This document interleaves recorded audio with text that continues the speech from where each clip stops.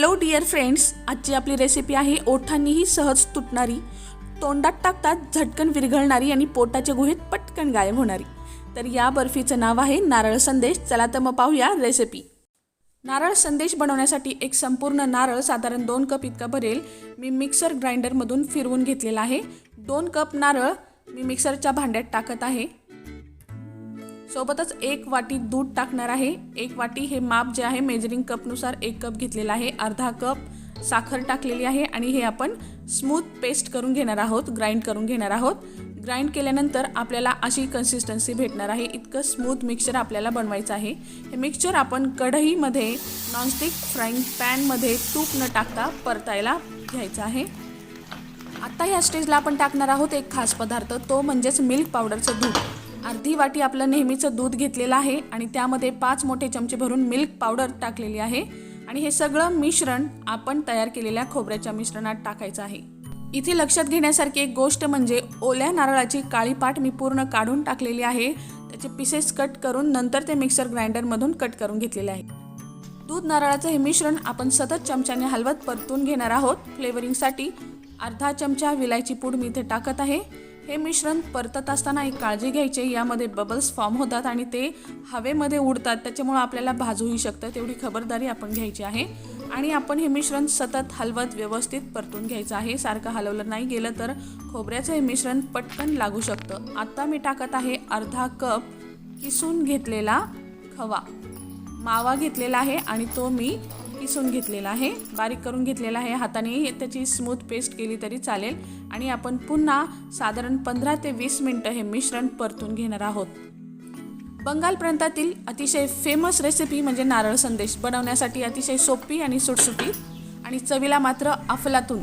ह्या स्टेजला आपण टाकणार आहे 7 ते 8 बदामाची पावडर। हे 7 ते 8 बदाम मी थोडेसे भाजून घेतले होते आणि मिक्सर ग्राइंडरमधून ग्राइंड करून घेतलेले आहे आणि आपण ह्या स्टेजला घाई करत व्यवस्थित हे मिश्रण परतून घेतलं आहे। कलरिंगसाठी मी साधारण चिमूटभर कलर दुधामध्ये मिक्स करून इथे ॲड केलेला आहे। ही स्टेप जी आहे ती पूर्णतः ऑप्शनल आहे, आपण कलर न टाकला तरी चालेल, स्किप केला तरी चालेल। आपलं मिश्रण अर्ध्या तासानंतर तयार होतं, तुम्ही पाहू शकता ह्याचा गोळा तयार होतो। अशा पद्धतीने हे मिश्रण आपण तुपाने लावलेल्या एखाद्या भांड्यामध्ये, एखाद्या ट्रेमध्ये काढून घेणार आहोत। इथे एक लक्षात घेण्यासारखी गोष्ट म्हणजे नारळ संदेशमधलं पूर्ण जे पाणी आहे, मॉइश्चर आहे, ते पूर्ण आपण घालवलेलं आहे, तेव्हाच हे मिक्सचर आपण ट्रेमध्ये घेतलेलं आहे। मिश्रण व्यवस्थित स्पॅच्युलाच्या साहाय्याने मी प्रेस करून थापून घेतलेलं आहे आणि सेट होण्यासाठी 2 तास फ्रीजमध्ये ठेवून दिलेलं आहे। 2 तासानंतर मिश्रण आपलं व्यवस्थित सेट झालेलं आहे। डेकोरेशनसाठी मी थोडासा चांदीचा वर्क वापरणार आहे, पिस्ता वगैरे वापरणार आहे। आपल्याला जे हवं त्याचं डेकोरेशन आपण ह्या बर्फीवर करू शकता। आणि तसं पाहायला गेलं तर ह्या बर्फीला डेकोरेशनची काही आवश्यकता नाही आहे। रेसिपी केल्यानंतरच आपल्याला जाणवेल की काय स्वर्गीय सुख आहे ही बर्फी खाण्यामध्ये। नारळाची ही बर्फी अतिशय दाणेदार होते आणि तिचा हा दाणेदारपणा जाणवतही नाही बरं का, ती तोंडात टाकताच विरघळते। ह्या नारळ संदेशचा एक पीस मी तुम्हाला जवळून दाखवणार आहे। तुम्ही त्याची कन्सिस्टन्सी पाहून म्हणाल की अरे ही खरंच नारळाची बर्फी आहे का। हे नारळ संदेश मी स्क्वेअरमध्ये कट केलेले आहेत, पण पश्चिम बंगालमध्ये हे नारळ संदेश एक स्पेशल अशा मोल्डमधून, साच्यामधून काढले जातात, त्यावर सुंदर अशी डिझाईन उमटते। मी थोडीशी कलर लावून इथं थोडीशी डिझाईन करण्याचा प्रयत्न केलेला आहे, तुम्ही पाहू शकता। फूड कलर वापरलेला आहे आणि पिस्त्याचे काप मी ठेवलेले आहेत। नारळ संदेश माझा बऱ्यापैकी व्यवस्थित पिस्त्याच्या साह्याने आणि थोड्याशा गुलाब पाकळ्या भरभरून सजवून तयार झालेला आहे। एक पीस मी तुम्हाला कट करून दाखवते, तुम्ही त्यावरूनच अंदाज घेऊ शकता की किती स्मूथ टेक्स्चर आहे हिला आणि चव तर विचारूच नका, अफलातून पहिल्यापासून म्हणते, खूप खूप खूप सुंदर चव आहे ह्या बर्फीला।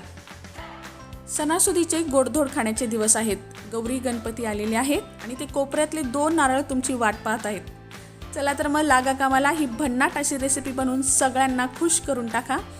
खूप आवडेल तुम्हाला ही रेसिपी। आपली रेसिपी कशी झाली ते मला आवर्जून कळवा। माझं चॅनल नक्की सबस्क्राईब करायचं हे लक्षात ठेवा, लाईक करा आणि आपल्या प्रियजनांसाठी ही रेसिपी शेअरही करा। भेटूयात पुढच्या रेसिपीमध्ये। Thanks for watching my recipes. Don't forget to like, share and subscribe.